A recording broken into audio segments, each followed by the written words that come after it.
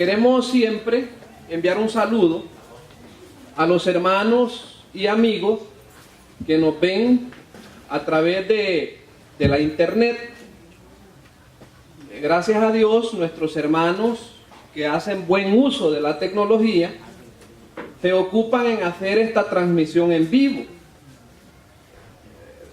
Recordamos de que en este momento, si algún hermano está pues conectado con este canal, nos pueden ver de manera simultánea, así sea en el otro lado del planeta, ¿verdad? De esa forma pues nosotros agradecemos su sintonía, el hecho que usted esté participando, aunque no sea de forma presencial, en lo que tenemos en esta mañana. De manera particular enviamos un saludo a nuestro hermano José Luis y a su familia, a nuestra hermana Marina Rivera, a nuestra hermana Ana, a la familia de nuestro hermano Tony, a Cela Marina, a Isabel Gaitán y a cada uno de nuestros hermanos y amigos que han tomado a bien estar pendientes de la predicación de la palabra del Señor.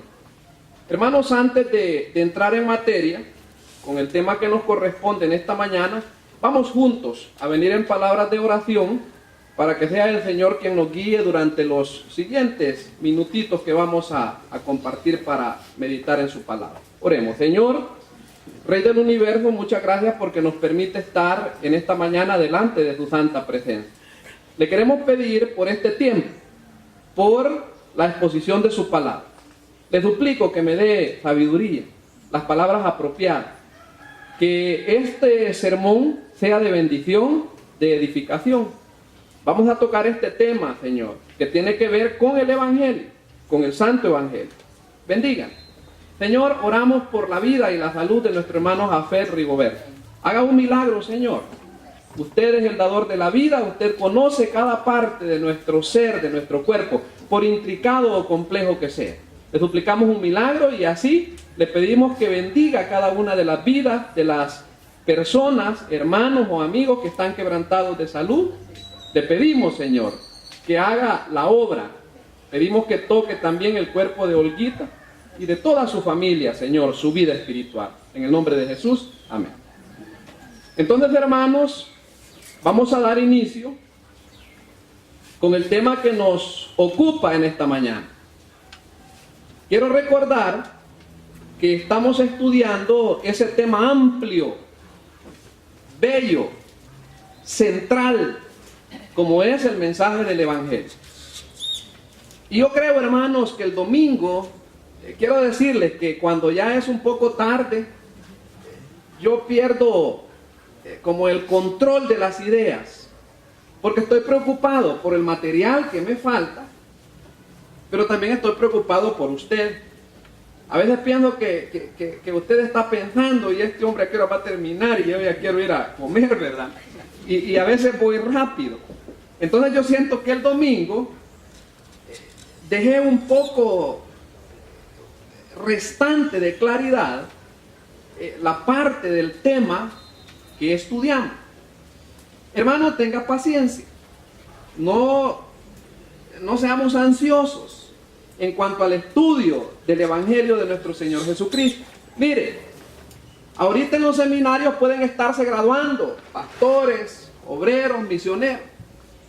Pero fíjese, hermano, que si usted le pregunta a un pastor, a un obrero, a un misionero, que qué es el Evangelio, probablemente, hermano, no le puede explicar. Y las cosas que usted está estudiando son para bendición suya. Las cosas que estamos aprendiendo de la palabra de Dios. Entonces, yo le pido que tengamos paciencia. Que nunca vamos a estudiar profecía, ¿cómo no? Con la ayuda del Señor. Vamos a estudiar el libro de Apocalipsis con la ayuda del Señor. Vamos a estudiar el libro de Daniel. Pero yo le voy a decir una cosa, hermano. Por supuesto que Apocalipsis y Daniel, Ezequiel, Isaías, son hermanos importantes. Claro que lo es. De hecho, los profetas anuncian la obra de Cristo. Pero fíjese, el proyecto de salvación de nuestro Dios está centrado en el Evangelio. Y es lo que necesitamos estudiar, hermano. Una vez conociendo y dominando el tema del Evangelio de una manera sólida, estamos listos para entrar en la profecía. Entonces, vayamos por orden. Vayamos por orden.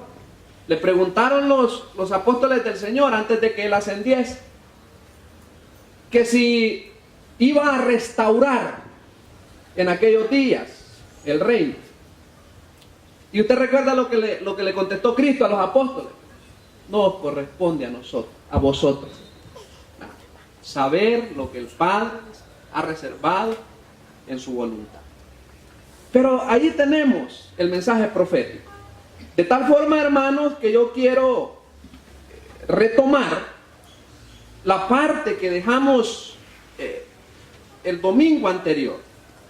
Quiero arrancar con el subtema que pertenece al tema general. El tema general es el mensaje del Evangelio, pero quiero que repitamos este subtema que se llama los elementos del Evangelio. Eso vamos a trabajar. Yo traigo numerados 3 elementos del Evangelio. 3 elementos. Y espero, hermanos, que la información no sea confusa. Cuando andamos con mi esposa y mis hijas, abordamos los temas que estamos estudiando y platicamos de la temática. Yo le consulto a mi esposa y yo le digo, ¿cómo te pareció el tema? ¿Lo sentiste confuso? ¿Te costó entenderlo? Y ella me dice, mira, sí, lo único que pienso, y a mí me sirve. A mí me sirve, hermano, porque me va dando pues una pauta, una referencia para saber si la enseñanza queda clara, porque a mí me interesa, hermano, que la enseñanza del Evangelio quede clara, estampada en usted, como se esculpe en una piedra. Así quiero que aprendamos el mensaje del Evangelio. Entonces, venimos como haciendo un repaso y venimos estudiando. Y me dice, bueno, cuando hablan de los 3 tiempos de la salvación, y me menciona los 3 tiempos de la salvación, y me menciona la justificación, me menciona la santificación, me menciona la glorificación. Y esta semana veníamos platicando. Y me decía ella, haciendo un repaso, mencionaba los 3 pasos, como Cristo nos libró de la ira de Dios. Eso ya lo mencionamos. Y yo le dije, hermano, a mí me funciona usar algún recurso mental que me ayude para recordar. Yo sé que a muchos hermanos, quizás, al igual que este servidor, no es difícil memorizar. Pero explicamos de que Cristo en 3 pasos nos libró de la ira de Dios. Porque yo quiero decirle, hermano, que el Señor está molesto. Eso es lo que enseña la Biblia. Que la ira de Dios se revela, dice, contra todo aquel. Dios está molesto. Dios está airado. Pero como Cristo apaciguó la ira de Dios, dijimos que por medio de 3 pasos. Y hacíamos este ejercicio. Los 3 pasos a través de los cuales Cristo apaciguó la ira de Dios comienzan con una I y después hay 2 letras S. Solo falta una S, le decía yo, para que fueran seguros 2 de Albert. Pues por recordarlo, hermano, yo porque como me cuesta recordar algo tengo que hacer, ¿verdad? A través de la imputación. ¿Qué es eso? El pecado que yo tenía que pagar se le imputó a Cristo. Hermano, en los tribunales es común esa palabra, el imputado. ¿Quién es el imputado? Sobre el que se descarga la culpa. La culpa se descargaba sobre mí, hermano, y sobre cada uno de nosotros. ¿Por qué? Porque Romanos dice, por cuanto todos pecaron, dice. Y eso causa la ira de Dios. Pero ¿cómo es que nosotros somos libres de la culpa? Porque el pecado que a mí me correspondía se le imputó a Cristo. Entonces, el primer paso es la imputación. Pero hay un segundo paso, que es la sustitución. Cristo fue el sustituto perfecto para que Dios aceptara no mi muerte, sino la muerte de Él. Usted recuerda, hermano, por ejemplo, a los dos hermanitos. Uno se llamaba Caín y otro se llamaba Abel. Y alguien dice, bueno, Dios es parcialista, hace acepción de personas. ¿Por qué no aceptó la ofrenda de Caín? ¿Por qué rechazó la ofrenda de Abel? Sí, ¿verdad? ¿Por qué rechazó la ofrenda de Caín? ¿Y por qué tomó la ofrenda de Abel? Así es, ¿verdad? Gracias, hermano. ¿Por qué hizo eso? Es parcialista Dios. Es como nosotros los papás, que a veces tenemos esa tendencia, ¿verdad? Hermano, no es así, por supuesto. Yo no quiero más a una hija que a la otra. A veces somos sobreprotectores con el menorcito, ¿verdad? Que es otra cosa. Ahora, pero regresemos. ¿Por qué es que Dios rechazó la ofrenda de Caín? ¿Y por qué recibió la ofrenda de Abel? Hermanos, la ofrenda de Caín no era en base a sangre. La ofrenda de Abel sí era en base a sangre. Era un animalito. Nos ha pedido Dios frutas, hermano, verduras, por grandes que han sido los cocos que llevó aquel. No era a su manera. No es como la gente cree, que con un oficio religioso, asunto arreglado. No, Dios pone las reglas. Dice la Biblia que sin derramamiento de sangre no se hace remisión. De tal forma que Cristo fue el sustituto perfecto. ¿Por qué? Porque Él puso su vida por mi vida. Cristo es mi sustituto. Y para mí una ilustración clara, hermanos, es lo que sucede en el Evangelio de Juan. Cuando Juan el Bautista vio a Cristo, dijo: he aquí el Cordero de Dios que quita el pecado del mundo. ¿Qué hizo ese Cordero? Murió. ¿Qué hago yo? Me refugio en ese Cordero. Y ya Dios no me ve como un pecador, sino que ese Cordero fue mi sustituto para que yo me cobije en su sangre y reciba la justicia de Dios. Pero en tercer lugar, el último paso es la satisfacción. Dios estuvo satisfecho con el sacrificio que Cristo hizo. Cuando Cristo dijo, consumado es, quería decir, la deuda está cancelada. ¿Estuvo Dios satisfecho con aquel sacrificio? Sí. De tal forma, hermanos, que esos son los 3 pasos de cómo Dios nos libra de la ira del pecado. Pero yo ahora quiero hablar, hermanos, para que no confundamos una cosa con la otra, de los 3 elementos del Evangelio. Eso es lo que vamos a ver, a repasar, mejor dicho. En primer lugar, hermanos amados, cuando hablamos de los 3 elementos o de los elementos del Evangelio, lo primero que tenemos que decir es que los elementos del Evangelio, en primer lugar, hermano, estamos haciendo como un repaso, se centran, en primer lugar, se centran en una persona específica. ¿Y quién es esa persona, decíamos, del domingo? ¿Recuerdan ustedes quién es la persona central del Evangelio, hermanos? Jesucristo. Él es la persona central del Evangelio. ¿Qué dice en 1 Corintios capítulo 2 y el versículo 2? Un pasaje que tenemos para ver que la persona central del Evangelio no es un pastor, no es un predicador, no es ni Juan el Bautista, no son los apóstoles. La persona central del Evangelio es Jesucristo. La persona central del Evangelio no es María, hermanos. No. La persona central del Evangelio es Jesucristo. ¿Qué dice 1 Corintios capítulo 2 y el versículo 2? Dice el apóstol Pablo estas palabras, mire, hermanos amados. Pues me propuse no saber entre vosotros cosa alguna, sino a Jesucristo. ¡Qué lindo! El apóstol Pablo lo que nos está diciendo es que el conocimiento excelso para mí es el conocimiento de Jesucristo. Y dice al final, y a este crucificado. ¿Ve? Hermanos, nosotros, usted necesita presentar a una persona. ¿A qué persona? A Jesucristo. Y como lo decíamos el domingo, hermanos, ¿quién es Jesucristo? Dijimos que Jesucristo es Dios manifestado en carne. Jesucristo fue el único Dios hombre. Él es totalmente Dios y totalmente hombre.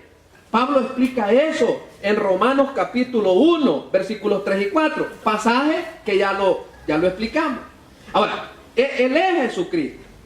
100% Dios, 100% hombre. Ahora, ¿qué hizo Jesucristo? Bueno, Jesucristo vivió una vida perfecta, hermanos. Enseñó a multitudes. Hizo milagros. Murió en una cruz por nuestros pecados. Y resucitó de la tumba al tercer día. El mensaje del Evangelio se centra alrededor de la persona de Cristo y su obra realizada en la cruz. Así como los planetas, así como la Tierra gira en torno al Sol, el Evangelio, todo el mensaje gira en torno a la persona de Cristo. Amén, hermano. Ahora, alguien bien podría usar el nombre de Jesús, hermano, o de Cristo. Y sin embargo, hermano, estar hablando de un Cristo totalmente diferente. Muchas religiones lo hacen, pero hablan de Cristo como que si fuera un profeta, como que si fuera un gran maestro. ¿Qué dicen algunas personas, algunas sectas de Cristo? Dicen que Cristo durante los 12 años primeros de su infancia tuvo que ir a la India a estudiar meditación trascendental con los gurús o con el Maharishi allá en la India. No, hermanos, esa es una enseñanza del diablo. Hermanos, el Cristo de la Biblia es Dios manifestado en carne. Él es el Cristo de la Biblia, pagó completamente todos los pecados del mundo. El Cristo de la Biblia resucitó y está vivo hoy en día y da vida a todo aquel que cree en Él. No crean en Cristo diferentes, hermanos. No crean en Jesús es diferente. Le quiero suplicar que por favor, como estamos estudiando la palabra del Señor, dejamos abierta la Biblia en 1 Corintios. Ahora les suplico que vean lo que dice 2 Corintios. Y aquí se nos hace mención de quién es Cristo. 2 Corintios capítulo número 11, versículos 3 y 4. Hermano amado, antes de que leamos ese versículo, ¿sabía usted que han venido al mundo muchos hombres que se han proclamado Cristo? Había un hombre que se llamaba José Luis Miranda. Y ahí eso está y lo menciono, hermano, porque ahí está en la información. Y él se proclamaba Cristo. Hay que tener cuidado. ¿Qué dice la Biblia? ¿Qué dice la palabra de Dios en 2 Corintios capítulo 11, versículos 3 y 4? Por supuesto que le menciono ese personaje en particular. Pero yo ahora quise hacer una revisión de ese tema. Y digité en ese buscador famoso personajes famosos que se han presentado como Cristo. Y me desplegó una lista enorme,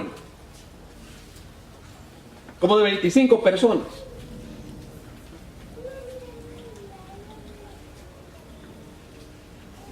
Pero ¿qué dice la palabra de Dios? ¿Qué dice 2 Corintios capítulo 11, versículos 3 y 4? Leamos. Pero temo. Oiga, hermano, por eso es que estudiamos el Evangelio. Mire el apóstol Pablo cómo le dice a la iglesia allá en Corinto. Pero temo. ¿Cuál era el temor del apóstol Pablo? Que como la serpiente, con su astucia, y este no es el chapulín colorado, hermano. No, esta es la astucia de la serpiente antigua, del diablo. El diablo, hermano, pretende tergiversar el mensaje del Evangelio. Y no lo va a hacer, hermano, de una manera imponente o de una manera clara. Yo quiero decirle, el diablo no es bobo, hermano. Lo hace de una manera sutil. Por eso es serpiente. Por eso se le llama serpiente. Ya sabe usted cómo se desliza la serpiente. Y el apóstol Pablo nos advierte en este pasaje que estamos estudiando, el versículo 3 del capítulo 11 de 2 Corintios. Pero temo. ¿Y cuál era el temor del apóstol Pablo? Que como la serpiente con su astucia engañó a Eva, vuestros sentidos sean de alguna manera extraviados. ¿Extraviados de qué, hermano? De la sincera fidelidad a Cristo. Vea. Porque si viene alguno predicando a otro Jesús que el que os hemos predicado, o si recibís otro espíritu que el que habéis recibido, u otro evangelio que el que habéis aceptado, bien lo toleráis. Dice el pasaje. Mire, hermano, cuál era la preocupación del apóstol Pablo. Habla de otro Jesús, habla de otro evangelio. Ahora, ¿qué estamos estudiando los miércoles en Gálatas? ¿Verdad, hermanos? Que el evangelio diferente o otro evangelio no es una doctrina que se aparta en un 100% de la enseñanza pura del evangelio. No. ¿Qué es lo que hace el diablo con otros evangelios? Le mete evangelio de la prosperidad, le mete evangelio psicológico, le mete evangelio de los sacramentos. Bueno, si hasta bonito es, hermano, que algún grupo social se presente con sillas de ruedas y con andaderas y yo no sé qué otra cosa y que digan, este es el verdadero evangelio. No, señor, ese no es el verdadero evangelio. El verdadero evangelio es el que nosotros estudiamos en la palabra del Señor. Esa es una obra social que está buena.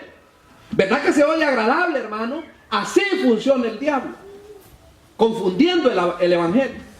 Por eso es que nosotros los creyentes tenemos que tener los sentidos bien abiertos. ¿Por medio de qué? Por medio de los libros de psicología, por medio de los libros de autoformación, por medio de los libros de autoestima. No, por medio de la santa palabra del Señor. Entonces el apóstol Pablo allí dice, externa su preocupación. Y le voy a decir una cosa, hermano. La apostasía que estamos viviendo, hermanos, en estos tiempos, es sorprendente. Es sorprendente. Yo he oído sermones, mire, hermano, de iglesias famosas, grandes de San Salvador, en donde, hermano, el nombre de Jesucristo en todo el sermón no se escucha. Y yo digo, hermano, el día que yo le predique un sermón y que yo no le hable de Cristo y del evangelio, quíteme de aquí y ponga otro que predique el evangelio. Entonces el apóstol Pablo expresa su preocupación. Y yo le digo también, hermano, tenga cuidado de aquellas personas que nombran el nombre de Cristo, pero predican a un Jesús diferente. Esta es la razón por la que necesitamos ser muy claros en el mensaje del evangelio, porque hay tantos falsificadores en el mundo. Entonces, hermano, como estamos haciendo un repaso, cuando hablamos de los elementos del evangelio, en primer lugar, el número 1, decimos, y hermano, si usted quiere, piense como cuando le daban clases en tercer grado en la escuela. Nos enseña la profesora, vaya niños, el conjunto vacío, ese no tiene ningún elemento. Los conjuntos iguales, y nos enseñaba. Entonces, usted si quiere, haga esta figura en su mente. Los elementos del evangelio en primer lugar, y meta ahí en el círculo de los elementos del evangelio. El primero es que se centra en una persona específica. ¿Y quién es esa persona? Jesucristo. Pero en segundo lugar, el segundo elemento del evangelio es que se centra en una obra específica. A mí me gustó y me llenó de emoción cuando el hermano allá en el estudio gritó, conforme a las escrituras, tío. Así es, hermano. Sí, yo me llené de emoción, fíjate. Y dije, hombre, ¿cómo los hermanos consideran la Biblia? Así tiene que ser. Porque yo hice mención de este pasaje y el hermano dijo, conforme a las escrituras. Así tiene que ser, hermano. Ahora, el segundo elemento del evangelio se centra en una obra específica. ¿Y cuál es esa obra amados hermanos, que Cristo murió y que resucitó al tercer día. ¿Quién enseña eso? Lo enseña 1 Corintios, capítulo 15, versículos número 3 y 4. Ese es uno de nuestros objetivos, aprender de memoria ese pasaje de 1 Corintios, capítulo número 15. ¿Por qué? Porque ahí está el Evangelio. Allí está el Evangelio. Imagínese usted, hermano, un pastor que no se sepa de memoria ese pasaje. No, que vaya a vender repollo. Sí, hermano, es lo que hay que decir. Un pastor que no sepa 1 Corintios capítulo 15.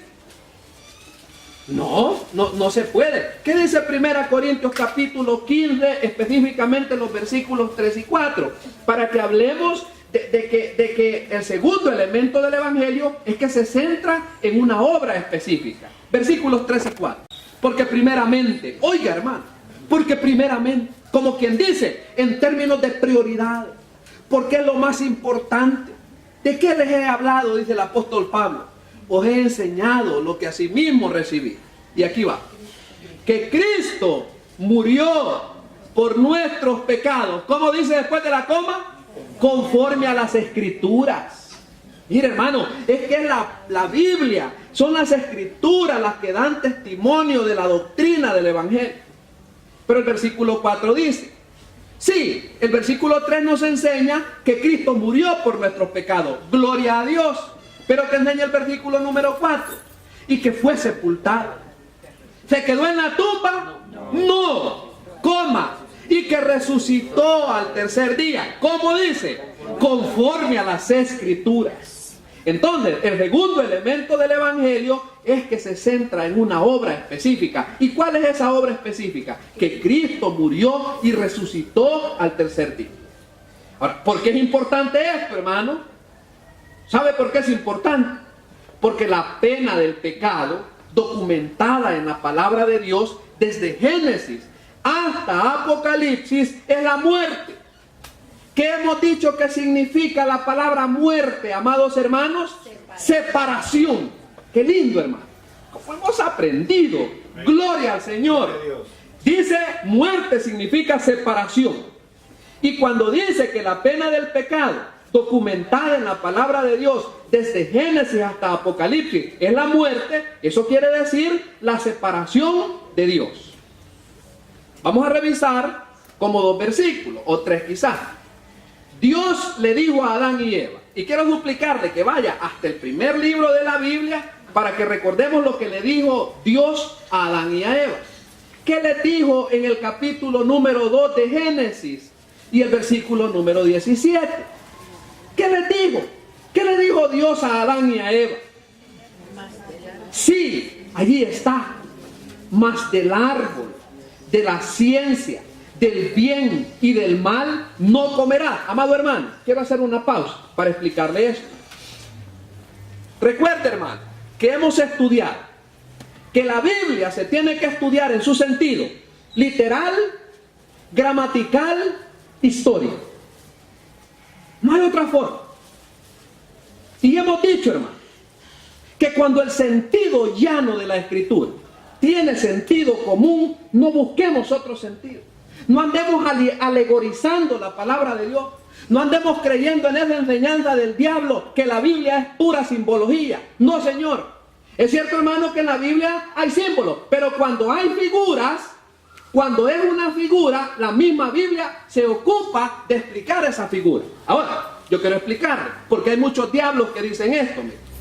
Cuando dice ahí en Génesis capítulo 2, más del árbol de la ciencia del bien y del mal no comerás, dice allí, más del árbol. Yo le pregunto, hermano, ¿qué es un árbol?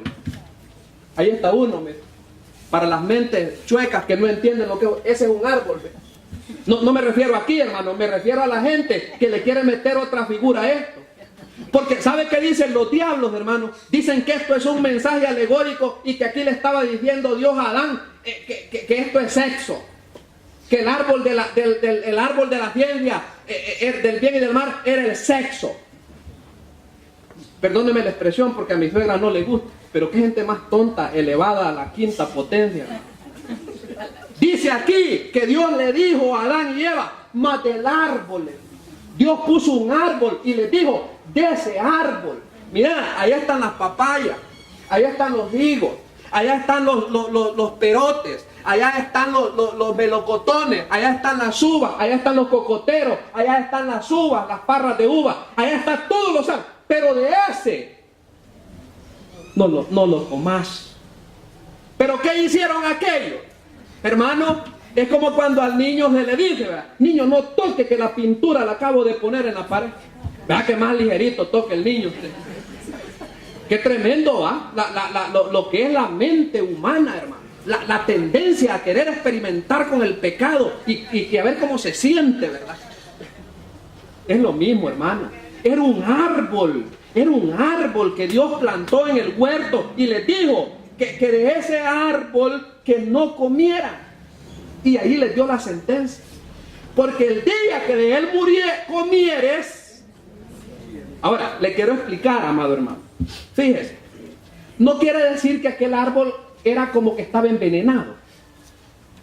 Que cuando cortó y comió, inmediatamente, ¡pum!, cayó. No quiere decir eso el pasaje. Quiere decir, hermano, que por la desobediencia se comenzaron a enfermar, comenzaron a envejecer, sus condiciones de salud vinieron en detrimento. Yo no sé, hermano, quizás Eva murió diabética, quizás Adán murió, hermano, de cáncer. Eso no existía antes, pero en el momento que comieron el fruto, en ese momento comenzó la materia genética a perder la cualidad eterna. Se perdió. Murieron. Nacieron los cementerios. Se hicieron famosas las funerarias. ¿Cómo andan detrás de uno, hermano? ¡Qué tremendo! Tremendo, hermano. Fíjese que las funerarias, mire, se informan de cómo está el paciente y ahí lo andan taloneando a usted. De cuando sucedió esto, entonces, hermano, nacieron los rótulos de la funeraria. No era un veneno, no, hermano, no, desobedecieron y la pena por la desobediencia fue la separación. ¿Ve? Por eso dice la sentencia, mas del árbol de la ciencia del bien y del mal, tampoco ande creyendo ese cuento que era una manzana, hermano.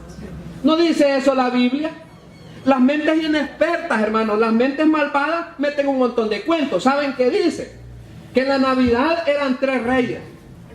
Y hasta nombres les han puesto. Que uno se llamaba Melchor, otro se llamaba Gaspar, a ver, hermano, y otro se llamaba Baltasar. Yo cuando me quiero acordar de eso le pregunto al hermano Nero. Mire, uno se llamaba Melchor y uno era morenito, hermano Nero. Sí, Prietillo. No, hermano, la Biblia no dice que eran 3 reyes. ¿Sabe qué es lo que pasa? Que la gente hace inferencias chuecas. Como eran 3 regalos, supongo, hermano. Si mi inferencia es la chueca, pues perdónenme. Pero como eran 3 regalos, supongo que de ahí deducen que uno llevaba oro, otro llevaba incienso y otro llevaba mirra. No, hermano. Yo no sé cuántos reyes eran. La Biblia no lo dice. Eran sabios, eran astrólogos. Pero ese es un paréntesis. Aquí está la palabra de Dios. Se tiene que interpretar en su sentido literal, gramatical, histórico. ¿Eh? El día que desobedecier, el día que comieres, dice el pasaje, ciertamente morirás. Estamos estudiando, hermano, estamos diciendo esto porque ya dijimos que la pena del pecado documentada en la palabra de Dios desde Génesis, por eso es que hicimos mención de este pasaje, desde Génesis hasta Apocalipsis es la muerte, que quiere decir separación. Entonces, comenzamos con Génesis. Cuando Dios le dijo, mas del árbol de la ciencia del bien y del mal no comerás, porque el día que de él comieres, ciertamente morirás. Como nosotros nacemos identificados con Adán, todos nacemos identificados con Adán, hermanos. Todos. Todos. Por eso Romanos habla del primer hombre. ¿Quién es ese primer hombre? Es Adán. ¿Quién no nace identificado con Adán? Todos nacemos identificados con Adán. Mire, El pecado, de alguna manera, yo siempre ando pensando de la forma más clara de ilustrarle las cosas a mi amado hermano. Porque yo quisiera que aprendiéramos, que retuviéramos esto. Yo comparo el pecado que traemos como una enfermedad genética o como una enfermedad hereditaria. ¿Qué pasa con la enfermedad hereditaria? Como el papá tiene la enfermedad, el hijo seguramente va a nacer con la enfermedad. Todos nacemos con la desgracia del pecado. Pero gracias a Dios, hermano, que Romanos también habla del último Adán. Es una figura. ¿Y quién es? Es Cristo. Como yo nazco identificado con Adán, ¿qué necesito hacer? Identificarme con Cristo. Cuando yo me identifico con Cristo, se rompe la maldición del pecado y soy libre en Cristo. Amén. De la condenación del pecado. ¿Está claro el mensaje, hermano? ¿Verdad que es claro el mensaje? Gracias al Señor. Por eso yo le digo, mire, la gente no necesita cambiar, la gente no necesita, hermano, cambiar su forma de hablar, cambiar su forma de expresarse, cambiar su forma de tratar a su familia. La gente no necesita cambiar sus lugares que frecuenta. La gente no necesita cambiar de ir al billar. Por supuesto que el Espíritu Santo se va a encargar de eso. El Espíritu Santo se va a encargar de eso. ¿Qué es lo que la gente necesita cambiar? Su destino, su identidad. La gente necesita cambiar su identidad. Porque si la gente no cambia su identidad, no hay otra forma, no hay otro destino. El destino es la muerte y la condenación eterna. Amén, hermano amado, así es. Ahora, entonces estamos viendo que la pena del pecado está desde Génesis hasta Apocalipsis. Pero yo quiero que revisemos otro pasaje, porque más tarde Pablo escribió a los romanos. Mire qué lindo. Siempre relacionado con este pasaje. Este pasaje ya lo sabemos de memoria porque ya estudiamos el capítulo 6 de Romanos. Recuerde que ese capítulo ya lo tenemos avanzado, hermano. ¿Qué dice Romanos 6:23? Este pasaje, hermano, también es recomendable que lo sepa de memoria. ¿Qué dice Romanos 6:23, amados hermanos de la Iglesia Bíblica El Faro? Hermanos, miren que dicen que a nosotros nos dicen el farolito, pero enseñamos el Evangelio de la gracia, hermano. Yo no sé si el Señor así nos tiene a nosotros etiquetados como el farolito. Habrá que preguntarle al Señor para que no se anden metiendo con la iglesia del Señor, que predique el Evangelio de la gracia y que no esté entreteniendo a nadie. Yo no estoy entreteniendo a nadie, hermano. Dios me guarde de entretener con mensajes bonitos, con una juventud bailarina y saltarina. No, yo no, hermano, no podemos. Ya en su momento los hermanos van a tener su culto especial y les vamos a predicar el Evangelio también, hermano. ¿Ah? Lo vamos a hacer. Pero veamos qué dice Romanos 6:23. Porque la paga del pecado es muerte, mas la dádiva de Dios es vida eterna. ¿En quién, hermano? En Cristo Jesús, Señor nuestro. Allí está la pena del pecado documentada en la palabra de Dios desde Génesis a Apocalipsis, en la muerte. El escritor de Hebreos, hermano, declaró la pena necesaria para el pecado. Repito, estoy diciendo que el escritor de Hebreos, que por cierto nadie sabe con claridad quién es, declaró la pena necesaria para el pecado. Ahora, ¿cuál es la pena necesaria para el pecado? Les suplico que busque la carta a los Hebreos en el capítulo 9. Sí, Hebreos capítulo 9. ¿Qué dice el versículo 22?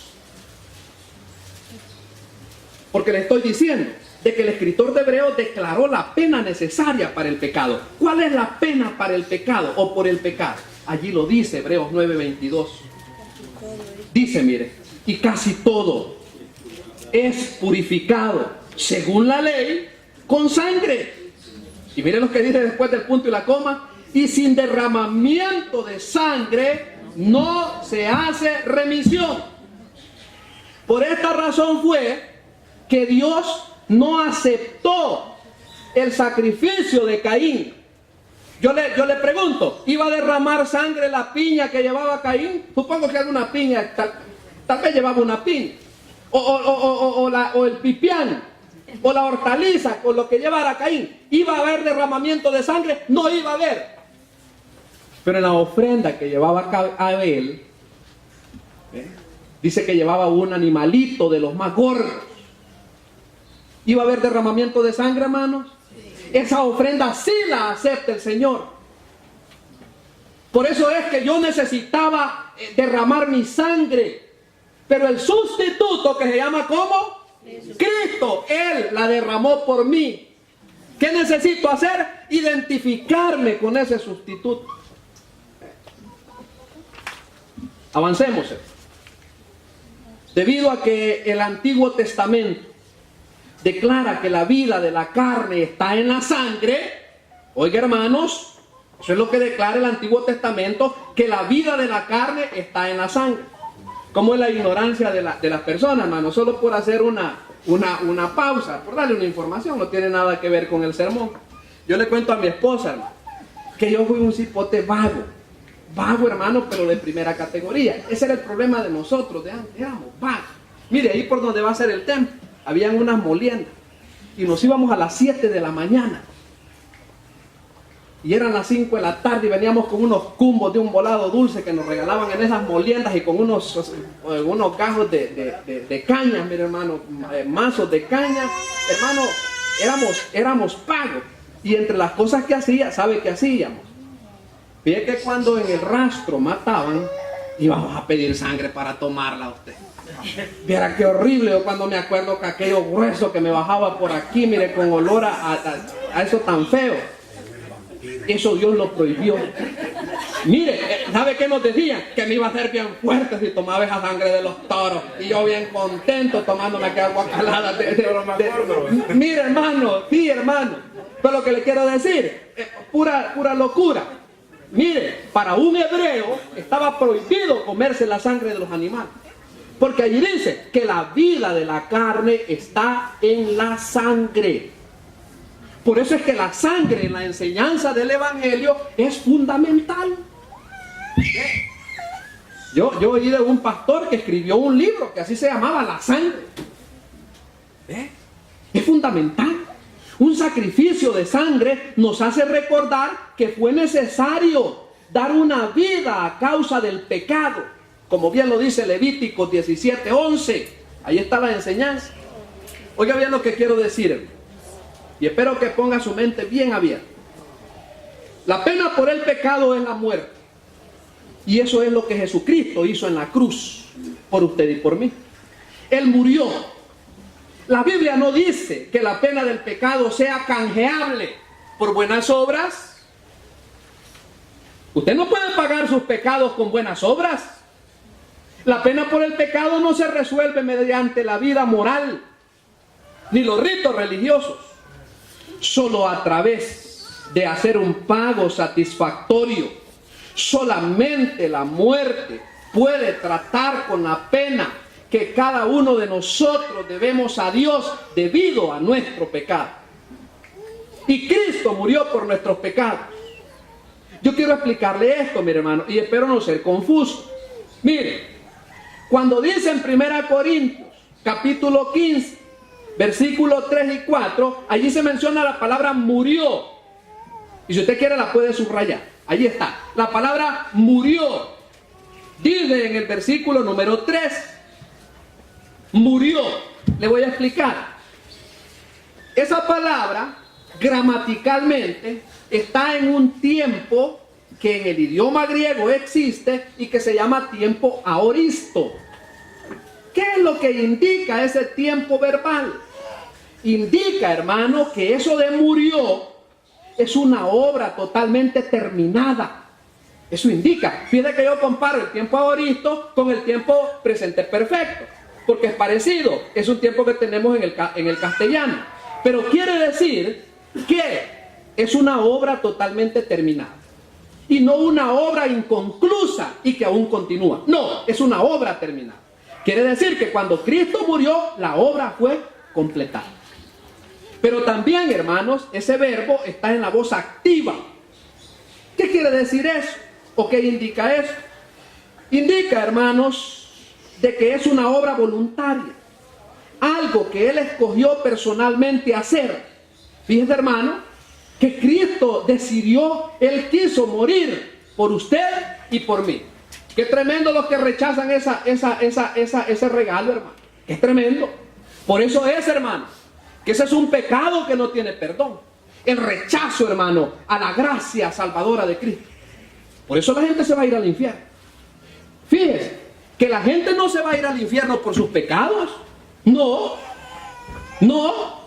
Miren lo que estoy diciendo, hermano. Concentrémonos. La gente no se va a ir al infierno por sus pecados. ¿Sabe por qué? Porque Cristo murió para perdonar los pecados. ¿Por qué es que la gente se va a ir al infierno? Por rechazar a Cristo, en el cual hay perdón de pecados. Por eso se va a ir la gente a la condenación. Pero algo más de este verbo murió, hermano. Está en el modo indicativo. ¿Qué indica eso? Indica que es un hecho real. Esto no es un mito, hermano amado. Mire, Cristo no es un mito. Usted sabe, hermano, que en los libros de historia, cuando usted está leyendo la guerra griega, lo que esté usted leyendo de historia, la historia se divide entre periodos antes de Cristo y después de Cristo. ¿Cómo Cristo va a ser un mito, hermano, si la misma ciencia hace mención de la persona de Cristo? Cristo es un personaje histórico, así como existió Albert Einstein, así como existió Claudio Ptolomeo, así como existió Nicolás Copérnico y todos esos hombres de fama. Qué interesante, hermano, que la gente mejor cree en Isaac Newton y no creen en Cristo. Mire qué tremendo. Ahora, esto indica, hermanos, de que sea en el modo indicativo, indica que es un hecho real, no es un mito. No es simplemente un relato religioso agradable o chistoso como para muchos lo es. Esto es algo que realmente ocurrió en nuestra historia del tiempo y espacio. La vida sin pecado de Cristo, sus milagros sobrenaturales y asombrosos, su ejemplo intachable, su compasión profunda por la gente y aún su linaje real no podían salvarnos, hermano. Solamente su muerte podía salvarnos. Pero hay algo más, porque usted ve que en el versículo 4 de 1 Corintios capítulo número 15 se hace mención de otra palabra. ¿Y cuál es esa palabra? Se menciona la palabra resucitó. Ahora, quiero darle algunos datos sobre el estudio de esa palabra. Esa palabra está en el tiempo perfecto. ¿Qué indica eso? Indica que es una acción acabada o terminada, con resultados que aún continúan. Jesucristo está vivo hoy día, hermanos. Gloria al Señor que así es. Pero también esa palabra resucitó está en la voz pasiva. Fíjese. ¿Qué quiere decir que está en la voz pasiva? Quiere decir que Dios el Padre resucitó a Cristo como una prueba de la propiciación. Que Dios estaba satisfecho con el sacrificio realizado de Cristo por nuestros pecados. La resurrección es como un cheque cancelado, lo cual es una prueba que Cristo hizo el pago completo por nuestros pecados. Dios no lo hubiera resucitado de entre los muertos si el pago realizado no hubiera sido completo o suficiente. Entonces, el mensaje del Evangelio no se centra solamente alrededor de la persona de Cristo. Ese es el primer elemento. El segundo elemento dijimos que se centra en una obra específica y es que murió y que resucitó. Pero el tercer elemento es que hizo una ejecución específica. ¿Y cuál es? Que Cristo murió por nuestros pecados. ¿Por qué es importante eso? En primer lugar, hermano, en primer lugar, eso indica que es un sacrificio sustitutivo. Ya lo expliqué, por eso me adelanté, porque sabía que íbamos a llegar a esta parte. Su muerte no solo fue un buen ejemplo, su muerte no fue meramente la muerte de un mártir que inspiró a la gente a seguirlo. Su muerte fue el pago por el precio de nuestra deuda, Su muerte fue en nuestro lugar. ¿Qué dice Romanos 5, versículo 6? ¿Qué dice ese pasaje de Romanos 5, 6 al 8? Porque Cristo dice, cuando aún éramos débiles, a su tiempo murió por los impíos. Ciertamente apenas morirá alguno por un justo. Con todo, pudiera ser que alguno osara morir por el bueno. Mas Dios muestra su amor para con nosotros, en que siendo aún pecadores, Cristo murió por nosotros. Querido amigo, no espere usted componer la vida para venir a Cristo.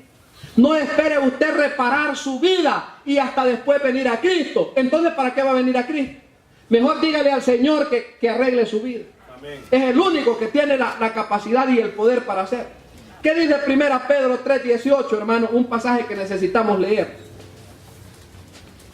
Mire lo que dice 1 Pedro 3:18 para acompañar ese pasaje de Romano. Porque también Cristo, dice, padeció una sola vez por los pecados, el justo por los injustos, para llevarnos a Dios, siendo a la verdad muerto en la carne, pero ¿qué dice? Pero vivificado en el Espíritu. Ahora yo le explico rápido. Mire. La palabra porque ahí dice por los injustos. La palabra por en estos versículos es la palabra que en el griego significa en nombre de o en lugar de. Claro, Cristo murió en lugar mío, en lugar suyo. La muerte de Cristo fue una sustitución, como ya lo explicamos, por usted y por mí. Nosotros merecíamos haber estado en la cruz, hermano, que no se le olvide. Nosotros merecíamos haber estado en la cruz. Merecemos la muerte espiritual, estar separados de Dios por toda la eternidad. Uno de los pasajes que yo quiero que leamos y que no dejemos pasar por alto es el pasaje de 1 Timoteo 2, 4 al 6. ¿Qué dice 1 Timoteo 2? El pasaje es importante, hermano, lindo, subraye, anótelo en el margen de su Biblia. Mire lo que dice 1 Timoteo, dijimos, 2, del 4 al 6. Sí, dice, mire, el cual quiere que todos los hombres sean salvos. Oye, hermano, que todos los hombres sean salvos y vengan al conocimiento de la verdad. Oiga el versículo 5. Porque hay un solo Dios. ¿Y qué dice después de la coma?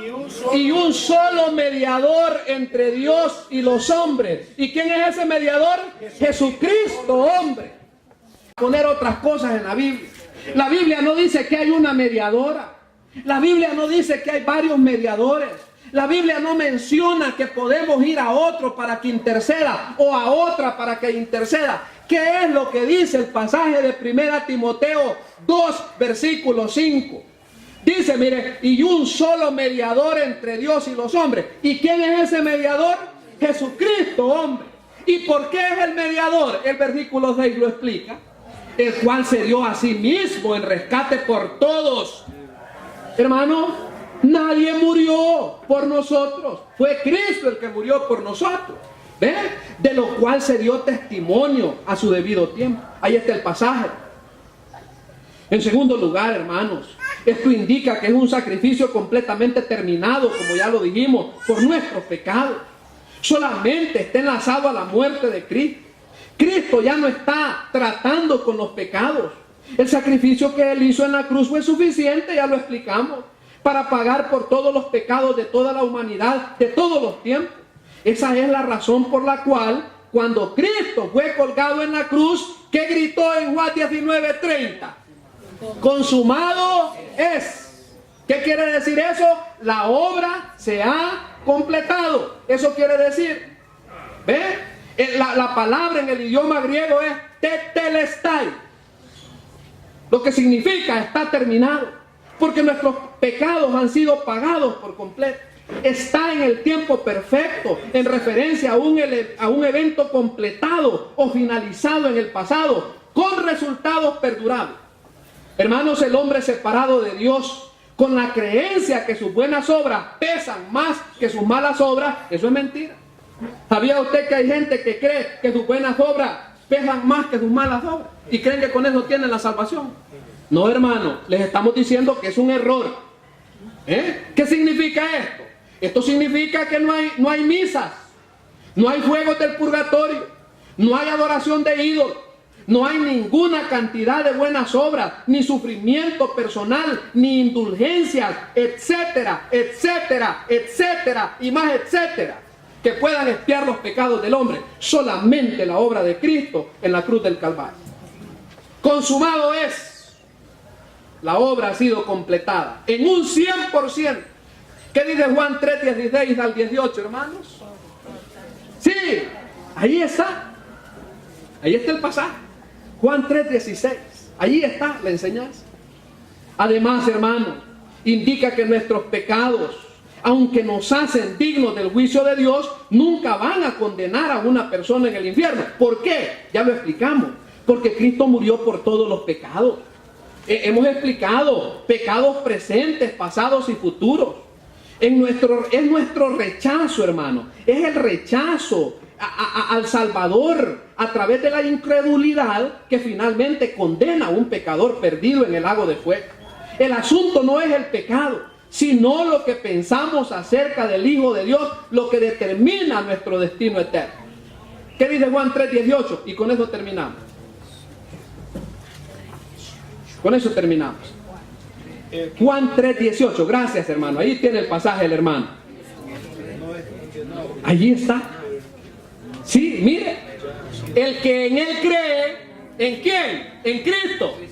No es condenado. Pero el que no cree ya ha sido condenado porque no ha creído en el nombre del unigénito Hijo de Dios. Qué lindo, hermano, que nosotros hemos puesto nuestra fe en Cristo. ¿Le aburre la enseñanza del Evangelio, hermano? No, que no nos aburra la enseñanza del Evangelio.